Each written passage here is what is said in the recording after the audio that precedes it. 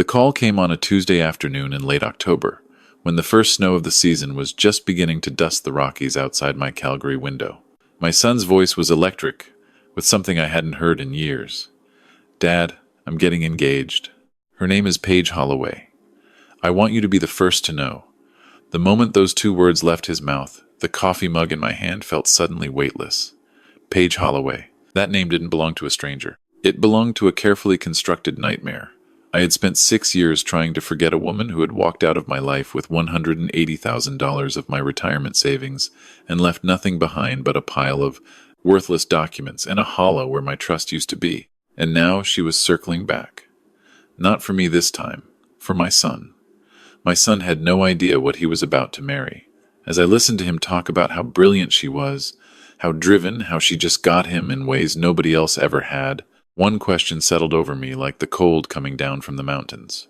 How do you save someone from a disaster they're convinced is the best thing that's ever happened to them? Before I tell you what happened next, I want to know where you're watching this from and what time is it there. Because what I'm about to share with you changed everything I thought I knew about family, trust, and what a father is willing to do. Stay with me. That Tuesday had started the way most of my days do since I took early retirement, slowly, quietly, with a second cup of coffee and the morning news on low. I had put in 31 years as a project manager for a mid-sized construction firm in Calgary, built a decent life, and after my wife passed from cancer 4 years ago, I had settled into a kind of careful peace. My son was the last good thing I protected without question. When his name lit up my phone that afternoon, I answered on the first ring. He launched straight into it, the way he always does when he can barely contain himself. "Dad, I've been seeing someone for 8 months. I know I should have introduced you sooner, but I wanted to be sure. And I am sure. I'm completely sure. Her name is Paige Holloway. She's a financial advisor here in Vancouver. She's 38. She's dad. She's incredible." The name dropped through me like a stone through still water. 6 years ago, I was 3 years from retirement and looking for somewhere sensible to put a portion of my savings, not my RRSP, just liquid money I'd set aside over a decade of careful living. A colleague introduced me to Paige Holloway, who presented herself as an independent wealth consultant, specializing in private real estate syndications. She had credentials on her wall, a polished office on 8th Avenue, and a smile that made you feel like she was doing you a favor by letting you in the door. The opportunity she pitched was a residential development project in the Okanagan Valley, high demand, strong projections, low exposure. She had architectural renderings, a registered business number, testimonials from satisfied investors. I did my due diligence, or what I believed was due diligence. I transferred $180,000. 3 months later, her office was empty. Her phone was disconnected, and the company, when I finally tracked it through a corporate registry, had been dissolved 2 weeks after I signed the paperwork. I filed a report with the RCMP's Commercial Crime Unit. They investigated, found 2 other victims in British Columbia and 1 in Alberta, and determined there was enough to proceed with charges. But by then, Paige Holloway had disappeared. The case went cold. I eventually stopped checking for updates. I tried to move on. Now she was engaged to my son. I steadied my voice the way you do when you're standing at the edge of something and you need to think before you move. "That's wonderful news," I told him. "I'd love to meet her. How about dinner this weekend? I can come to Vancouver." He was thrilled. "Saturday night," he said. He knew a place in Yaletown I'd love. I booked my flight that evening. Saturday arrived gray and damp, the way Vancouver does in November, beautiful in its own stubborn way. The mountains sitting behind the clouds like a rumor. The restaurant my son had chosen was a quiet, upscale place with dark wood and warm lighting. He was already at the table when I arrived, and beside him sat a woman who had not changed in any way that mattered. The same careful posture, the same deliberate warmth in her expression, not the spontaneous kind, but the kind that has been rehearsed until it looks spontaneous. Her hair was different, shorter now and darker, but the eyes were identical. The eyes I had looked into across a boardroom table while she walked me through a prospectus I now understood had been designed to deceive. My son stood to embrace me. "Dad, this is Paige." She extended her hand, her smile wide and genuine seeming. "I've heard so much about you. He talks about you constantly." I took her hand and held it 1 beat longer than courtesy required. I looked at her face the way you look at a document you're not sure you can trust carefully, without rushing. She met my gaze without flinching, and in that steadiness I recognized something I remembered, the practiced calm of someone who has done this before. "You look very familiar to me." I said. Have we met somewhere? Calgary, perhaps? Something moved behind her eyes, fast, like a fish turning beneath the surface. Then it was gone. She laughed softly. I don't think so. I've only been to Calgary once, years ago, for a conference. I have one of those faces, I think. People always say that. My son put his arm around her. She gets that all the time, Dad. We ordered dinner. I watched her. She was good attentive to my son in ways that looked effortless, asking me questions about my work with genuine seeming curiosity, laughing at the right moments. She was performing, and she was performing well, but I had seen the performance before. I knew what the final act looked like. Toward the end of the meal, I set down my fork and looked at her directly. You know, the longer I sit here, the more certain I am. I leaned forward, keeping my voice even and calm.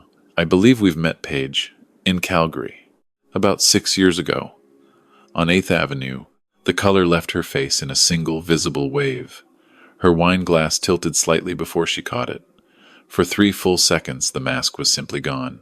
I saw something raw and calculating move across her expression, not guilt, not shame, but the rapid arithmetic of someone running options. My son looked between us, confused. Dad, what are you talking about? She recovered quickly. She shook her head with a small, practiced laugh. I really don't know what your father means. We've never met. I'm sure of it. But her hands, when she reached for her glass again, were not entirely steady. Later, walking back to my hotel through the November rain, I saw her lean close to my son outside the restaurant. I didn't need to hear the words. I knew what she was doing. She was getting ahead of me. She was planting the first seed. I barely slept. Sunday morning I called my son from my hotel room. He picked up on the second ring, and his voice already carried something careful in it, a wariness that hadn't been there the night before. Dad, last night was great, right? Paige thought you were wonderful. Son, I need to talk to you about something important. Something about Paige. A pause. What about her? I know this is hard to hear, but I've met Paige Holloway before. 6 years ago in Calgary, she posed as an investment advisor and defrauded me of $180,000. I filed a police report. The RCMP investigated. She disappeared before charges could be laid. The silence that followed was the kind that has weight. When he finally spoke, his voice was different, flat in a way that told me she had prepared him for exactly this. Dad, that's not possible. Paige has been in Vancouver for 10 years. She has a practice. She has clients. She's never even worked in Calgary. Son, I have bank transfers. I have the original investment documents. I have the RCMP file number. His voice rose slightly. Or maybe you're remembering wrong. You've been under a lot of stress since Mum died. Maybe it was someone who looked like her. Paige told me you seemed tense at dinner. She was worried about you. That detail landed like something sharp. She'd already told him I seemed tense. She was already building the narrative. Son, she's using you. She found out who you were, and she came back through you to get to me, or to get to what I have left. Please, before you make any decisions, just let me show you what I have. His voice went very quiet. Paige warned me this might happen. What do you mean she warned you? She said that sometimes when a parent loses a spouse, they have trouble accepting their child moving on, that they can feel threatened by a new relationship. She said she hoped you'd come around, but that if you didn't, we should be prepared for it. Each sentence felt like watching someone methodically dismantle something I'd built over 32 years. She's been preparing you to dismiss me, I said. Can you hear that? She had this conversation with you before I could have mine. Don't do this, Dad. His voice broke slightly, then hardened. Paige loves me. I know what that looks like. I watched you and Mum for 28 years, and I know what real love looks like. Don't take this away from me because you can't let go. I'm not asking you to let go of anything. I'm asking you to wait. 1 week. Give me 1 week before you make any permanent decisions. The silence stretched long enough that I thought he might agree. Then, I think you should come home to Calgary, Dad. I think you need to talk to someone. A counselor, maybe. I love you. But don't contact Paige directly, and please don't embarrass yourself, or me, by making accusations you can't prove. The line went quiet. I sat on the edge of the hotel bed and looked at the gray Vancouver sky through the window for a long time.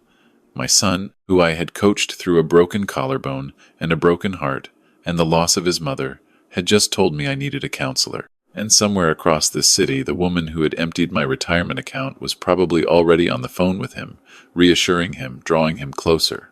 I had 1 week before their engagement party a gathering of 30 people at a rented space in Gastown. Already planned, already announced on social media, already real. I drove to the airport, and on the flight home, somewhere over the mountains, I made a decision. Grief and anger were luxuries I couldn't afford. What I needed was evidence so clear and so complete that love itself couldn't argue with it. My first call when I landed was to a man named Frank Delorme, a private investigator I had worked with briefly during the original fraud case, someone the RCMP Commercial Crime Unit had referred me to when the investigation stalled. Frank was methodical and expensive, and had the particular gift of never seeming surprised by anything. "Frank," I said, "I need to reopen something we looked at 6 years ago." The woman showed up again. There was a pause. "The Holloway file? She's engaged to my son. Engagement party in 7 days." Another pause. "I'll clear my schedule." That evening, my daughter-in-law, my late wife's sister, Sandra, who had always been more like a sister to me than an in-law, drove over with a bottle of wine and sat across from me at my kitchen table while I explained everything. Sandra had known about the original fraud. She had been there when I filed the report, had sat with me through the worst of it. She listened without interrupting. When I finished, she set down her glass and said, "What do you need? I need someone to help me organize what we have. And I need you to help me think clearly, because right now I'm too close to it." We worked until past midnight. Sandra pulled the original police report I had on file. I had kept everything: the investment prospectus, the wire transfer confirmations, the email correspondence, the registration documents for the shell company Page had used. Holloway Capital Developments Limited, incorporated in BC, dissolved 14 days after I transferred my funds. The company address had been a mail forwarding service in Kelowna. Frank called the next morning. "She's been operating under her own name," he said, "which is either confidence or carelessness. I've found a current business registration, Holloway Wealth Partners, registered 18 months ago in Vancouver. Clean credit history going back 4 years. Social media presence, LinkedIn, the works. But before that there are gaps. 2 years, where she's essentially invisible in any public record." "That's when she was underground," I said. "Most likely. I'm already cross-referencing fraud complaints in BC, Alberta, and Ontario from 2015 to 2019. I found one woman in Kelowna who filed a civil suit against a financial consultant matching Holloway's description in 2017. The suit was dropped. I'm trying to reach her now." "What about the RCMP file?" "Still technically open, never formally closed because she was never apprehended. I've got a contact in the Commercial Crime Unit in Calgary. He's pulling it today." Then my phone buzzed with a message from a number I didn't recognize. "Mr. Whitmore, I think we should have a conversation, just the two of us. There's no reason for this to become something neither of us wants. I'm sure we can come to an understanding. P." I forwarded it to Frank immediately. He called back in 90 seconds. "Don't respond yet. Let me think about how we use this." 2 days later, she called directly. Her voice was carefully calibrated, not the warm performance from the restaurant, something more businesslike. "Mr. Whitmore, I appreciate you not responding to my message right away. I know this situation feels very charged for you, but I want to be honest with you. I know who you are. I know you believe you recognize me from something that happened years ago, and I understand why you're concerned. But pursuing this publicly will only hurt your son. It will damage your relationship with him in ways that may never heal. I'm asking you, as someone who genuinely loves him, to let this go." I kept my voice calm. "What exactly are you asking me to let go of, Paige?" A brief silence. "Old grievances. Misidentifications. Things that can't be proven and will only cause pain." "I see. And if I don't, then I think your son is going to have to make some very difficult choices about who he believes. And I think you already know which way that goes." I said, "I appreciate your honesty. I'll be in touch." I hung up and called Frank. "We're done waiting. What do we have?" Frank laid it out. The Kelowna woman, her name was Diane, a retired school teacher, had agreed to speak with us. She'd lost $65,000 to a consultant she knew as Patricia Holt, working out of a temporary office in Kelowna in 2016. The description was precise. The methodology was identical. Frank had a sworn statement. The RCMP contact had confirmed the original file was still active. More importantly, He confirmed that the RCMP had recently linked the Holloway file to two additional complaints, one from a widower in Surrey who had lost $90,000 in 2018, one from a couple in Edmonton in 2019. There was a warrant that had never been executed because she had never been found. There was an active warrant for her arrest. My lawyer, a sharp woman named Carol Renault, who had handled my affairs for 15 years, organized everything into a single document package. The 2017 police report and file number, the wire transfer records, the dissolved company registration, Diane's sworn statement from Kelowna, the RCMP confirmation of the active warrant, and a forensic timeline Carol had prepared showing the consistent pattern across 5 victims over 4 years. Carol looked at me over her reading glasses when we finished. "This is airtight, Martin, but I want you to understand, presenting this at a social gathering, in front of people your son knows, is going to be one of the hardest things you've ever done. Even with evidence like this, there will be a moment where he hates you for it." "I know," I said. "Are you prepared for that?" I thought about my son at 6 years old, coming off the ice after his first hockey game with a gap-toothed smile. I thought about him at 20, sitting beside me in the hospital while we waited for news about his mother that turned out to be bad. I thought about the sound of his voice on the phone saying, "Don't contact me. I've been prepared for hard things before." The engagement party was on a Saturday evening in a rented event space in Gastown, exposed brick, Edison bulbs, the kind of place that photographs beautifully. 30 people. His closest friends, a few of her colleagues, 2 of my son's cousins I hadn't seen in 2 years. Frank positioned himself near the entrance. Carol waited in a car outside with the document package. I arrived early and stood near the back, watching my son work the room. He was happy in a way that was painful to see easy in his body, laughing without effort, reaching for her hand without thinking about it. She saw me the moment I walked in. Something moved across her expression, controlled immediately. She leaned close to my son and whispered something. He turned, found me, and his face did something complicated surprise. Then the careful anger that had replaced warmth these past days. He crossed the room. "I told you not to come. I know. I'm here because I love you, and because there are things you need to know before tonight becomes permanent." "Dad." His voice was low, tight. "Don't do this. Please don't do this to me, son." I put my hand on his arm. "I'm not doing anything to you. I'm doing everything I can for you. Just give me 5 minutes. If I'm wrong, I will apologize to Paige in front of every person in this room, and I will never raise this again. 5 minutes." He stared at me. Behind him, across the room, Paige was watching with the stillness of someone who has calculated every possible scenario. My son exhaled slowly. 5 minutes, then you leave." I nodded to Frank, who moved to the center of the room, and spoke clearly enough for everyone to hear. "Excuse me, everyone. I'm sorry to interrupt. My name is Frank Delorme. I'm a licensed private investigator working on behalf of Martin Whitmore. I need 2 minutes of your time. It directly concerns this engagement." The room went still in the particular way rooms go still when something real interrupts the performance. Paige moved immediately toward the exit, not toward my son. Frank's associate, a young woman who had been standing near the door for the past 20 minutes, stepped into her path. The RCMP officer Frank had brief stepped in from the hallway. He identified himself quietly, professionally, to no one in particular, and everyone at once. Carol came through the door with the document folder. I walked to the center of the room and I spoke to my son, not the crowd. "In 2017, the woman you're planning to spend your life with defrauded me of $180,000 through a fake investment scheme. I filed a police report. The RCMP investigated and determined she was responsible for similar frauds against at least 4 other people in BC and Alberta. An arrest warrant was issued. She disappeared before it could be executed." I heard someone near the back draw a breath. My son's face was white. "Dad." Carol opened the folder on a nearby table.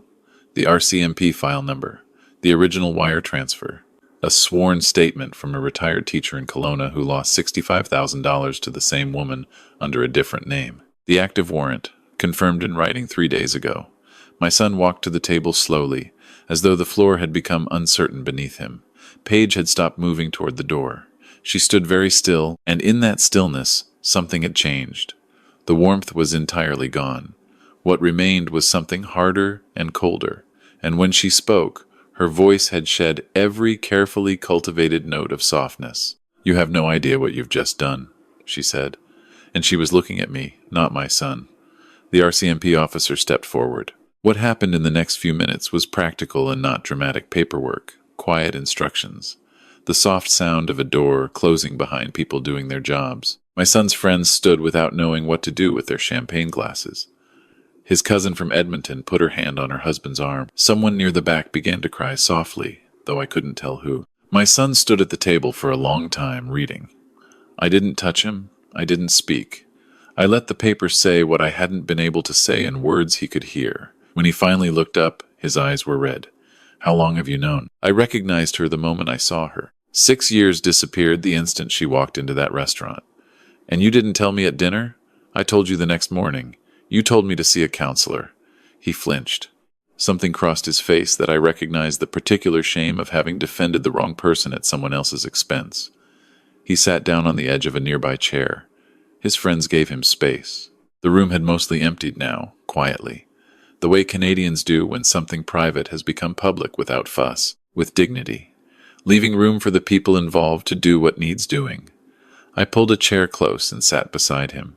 He was quiet for a long time. Then, she told me you were jealous, that you'd never accepted Mum dying, that you projected everything onto me because I was all you had left.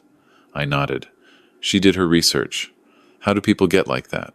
His voice was genuinely asking, not rhetorical. How does someone learn to do that to people? I don't know, son. I've wondered that for 6 years. He looked at his hands. I said awful things to you. You did. Dad, I know. He put his face in his hands. I sat beside him and said nothing, because sometimes the most important thing a father can do is simply stay present in the wreckage with his kid and not try to fix it faster than it can be fixed. After a while, he looked up. What happens now? Now the RCMP does their job. Carol is coordinating with the commercial crime unit. The other victims will be contacted. There will be a trial? Probably. It will take time. He nodded slowly. And us? I stood up and put my hand on his shoulder. We go find somewhere still open on a Saturday night in Vancouver and we get something to eat. And you tell me everything about the past 8 months that I don't know yet. And we start from there. He looked at me for a long moment. Then he stood up, adjusted his jacket, and said, There's a diner 2 blocks over. They're open until 2. We walked out together into the November night. The rain, light and cold off the harbor. The city doing what cities do, continuing. Indifferent, enormous, and full of ordinary life going on in every lit window above us.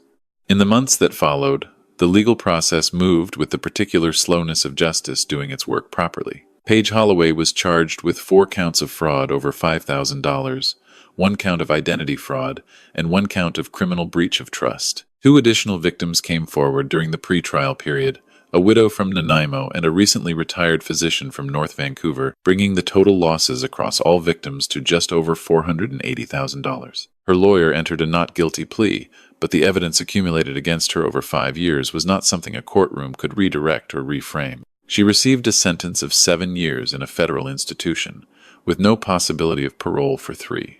My son threw himself into work with the focused energy of someone who has survived something and is not yet sure what to do with the survival. We talked more in those months than we had in years about his mother, about the fraud, about what it felt like to trust something completely and discover the foundation was invented. He started seeing a therapist in January, not because anyone pressured him, but because he decided he wanted to understand how he'd been taken in. He reported back on his sessions with the same seriousness he'd brought to every hard thing in his life, and I was proud of him in a way that was difficult to put into words. He began dating again in the spring carefully, with the particular attention of someone who has learned to take their instincts seriously. A woman named Rachel who teaches at UBC and laughs at things that are actually funny and, according to my son, has never once made him feel like he was auditioning for the role of adequate. He called me to tell me about her on a Tuesday afternoon, when the snow was finally gone from the Rockies and the light over Calgary was that particular gold it gets in late April. Dad, he said, I want you to meet someone, but I wanted to tell you about her first. Tell me, I said. And he did. Looking back on everything, what stays with me isn't the fraud, or the warrant, or the moment the handcuffs came out in a Gastown event space. What stays with me is the sound of my son's footsteps beside me on a wet Vancouver sidewalk, and the yellow light of a diner window at 11 o'clock on a Saturday night, and the way he held the door open and said, After you, Dad. There are people in our lives who see what we're worth before we have to prove it. Parents, old friends, the ones who show up even when they haven't been invited. I almost let pride and stubbornness cost me the most important relationship I have. I was lucky. Not everyone gets the chance to course correct. If someone who loves you is trying to tell you something difficult, I ask you to do one thing before you dismiss them. Ask yourself, what would it cost me to listen? Not to agree, just to listen. Real love doesn't require you to perform your devotion every single day. Real love is just there, steady and inconvenient, and sometimes blunt, and always, when it matters, present. These stories aren't really about fraud or revenge or courtrooms. They're about the quieter thing underneath what we owe each other when we belong to each other. My son and I came close to losing that.